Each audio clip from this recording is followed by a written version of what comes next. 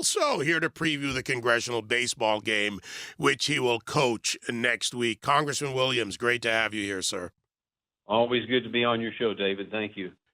Well, this is the home business and small business. You're the chair of the House Committee on Small Business. So let's start with the Trump accounts and why that's important, as well as for our youth, having them make smarter decisions on their education. No, I think it's fantastic. And, I don't think ever in the history of our country have young men and women, babies actually, they're just born, get a jump start like this as far as creating net worth. And President Trump has put that together, and it's great. And it's unheard of. And when you take a look at it, everybody born between January 1st, 2025 and December 31st, 2028 is going to get a $1,000 government contribution to get started. And these young kids will be able to see how money multiplies, how you save, how you spend. Because, David, as you know, you reported on this, we're not teaching these kids this in school. We're not teaching them value of a dollar in school. Now they're going to learn before they get to school and have some money in the bank. I think it's fantastic. It's called living in the greatest country in the world is what it's called. Yeah, there is something to having skin in the game. I know you and I know that phrase, so do many people listening.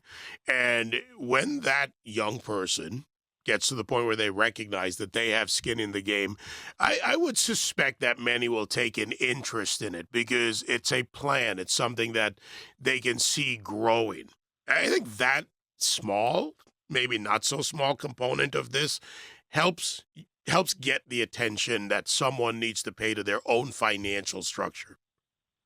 Well, exactly. And they can see how they can make money grow and how they can get a job and save and let it grow and let it be more than what it was when it started, principal balances.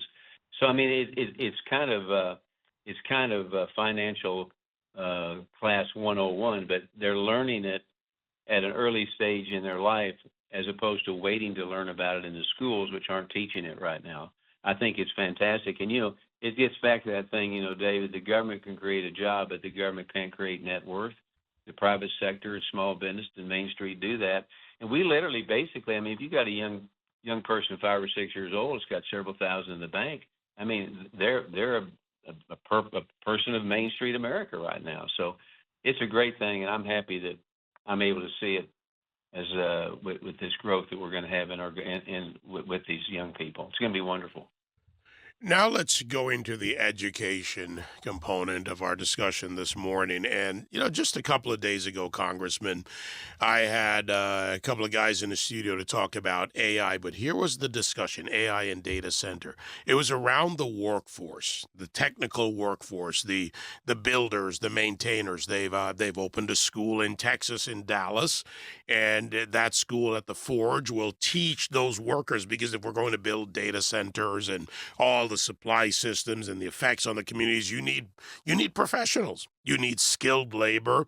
You need every level of labor. It's not just about the coders and the people that run these corporations.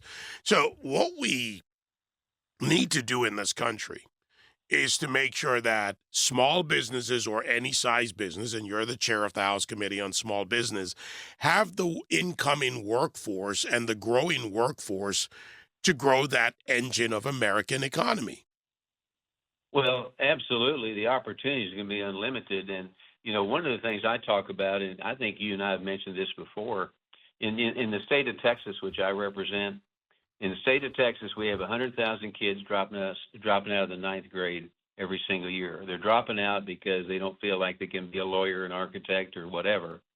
But these trade schools like plumbers, welders, carpenters, nurses, mechanics are going to be jobs that everybody needs, that we can fill. We have a void in filling those, but those are jobs that AI are not going to take. They may take some white collar and even some blue collar, but they're not taking plumbers, welders, carpenters, et cetera.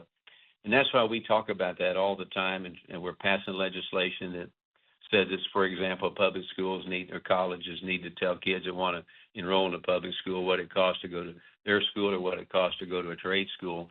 Young people can see that. But we need to have more and more schools offering trades, and that will take this workforce that's going to grow through AI, and we'll have people that will be at the one side, be one side of the spectrum, the other side of the spectrum. It'll all come together to be a great success. And I'm just talking all the time about the fact that we need these trade schools. And the other thing is, David, trade schools don't have to be taught at trade schools. I went to Texas Christian University in Fort Worth. I mean, why couldn't any school in America offer a plumbing degree? I mean, think about it. These are jobs that people get immediately. They make good money. They become good alumni. They become people who invest in the community. Why couldn't you get a plumbing degree from Harvard? Why couldn't you get an electrical degree from USC or TCU or the University of Texas? We need to think like this and develop a workforce second to none. One of the uh, bits of research that I've been doing on this, and it's a bit of a projection to be fair, I look at student debt and who are the holders of the majority of the student debt in this country. And one of the lowest areas for many reasons is in technical education, advanced training, and of course in the trades, typically there's not a higher education debt. Now, there are schools and certifications, as you mentioned, like getting your plumbing certification, your welding certification, the various things, but there is a lower student debt environment there. Those are the numbers that I've seen so far. And I think doing this will also help us with the growing student debt because we're taking some people off of that path to failure economically and keeping them on a path to sustainability. No, absolutely. I mean, if you got a young person who wants to go to a state college that's 40,000 a year, and you have to show them that you can go to a trades college in the same community for 2,000 a year, they need to know that. And the fact of the matter is, a lot of the trade schools, these kids get out and get a degree. They develop a business model quicker and more successful than someone going to be like I say, an architect, lawyer, or whatever that takes longer to get going. So I think we're on the right path. But plumbers, welders, carpenters, nurses, mechanics, etc., are jobs that we will never run short of.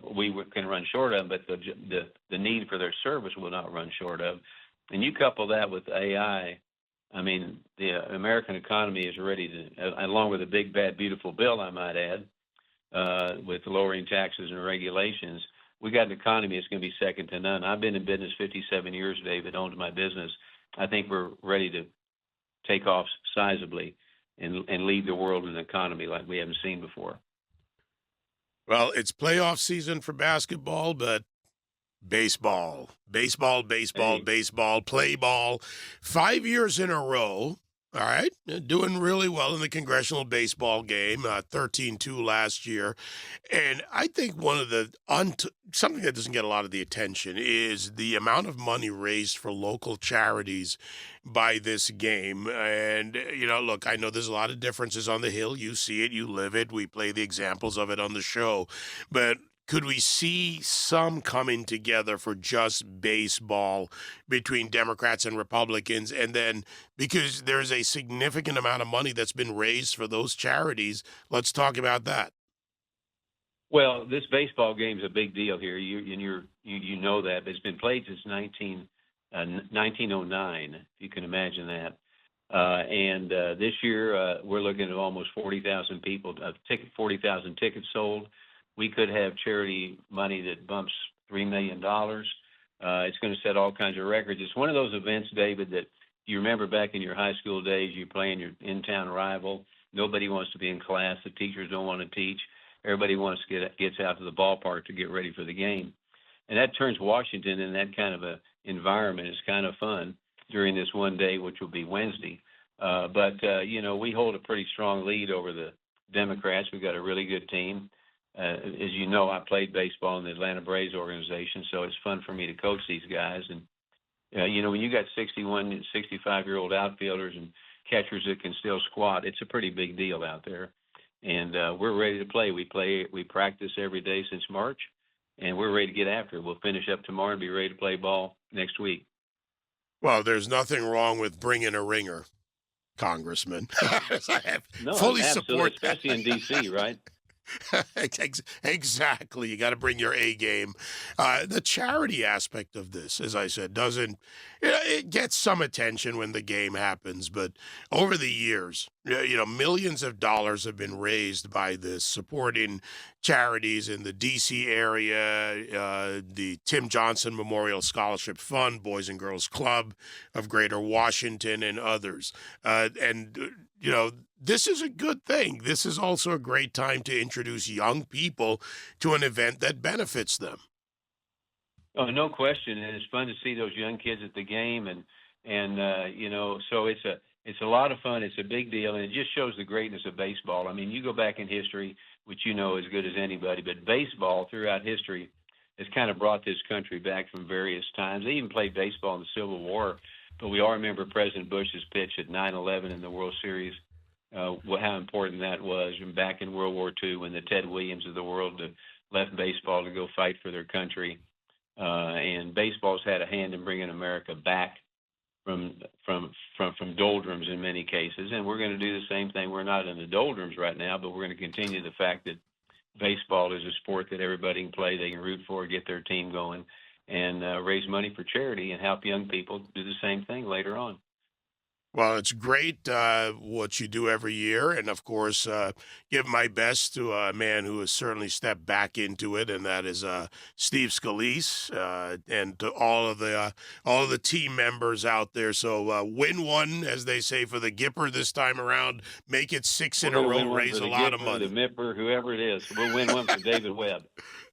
Hey, you know what? If you make it a T for Trump, you for the Tipper. There you go. I don't know. I'm throwing things out there. Roger, it's great to talk to you. Just great to, and Okay, thanks thank you, for the good David. work you're doing. Thank you. God bless.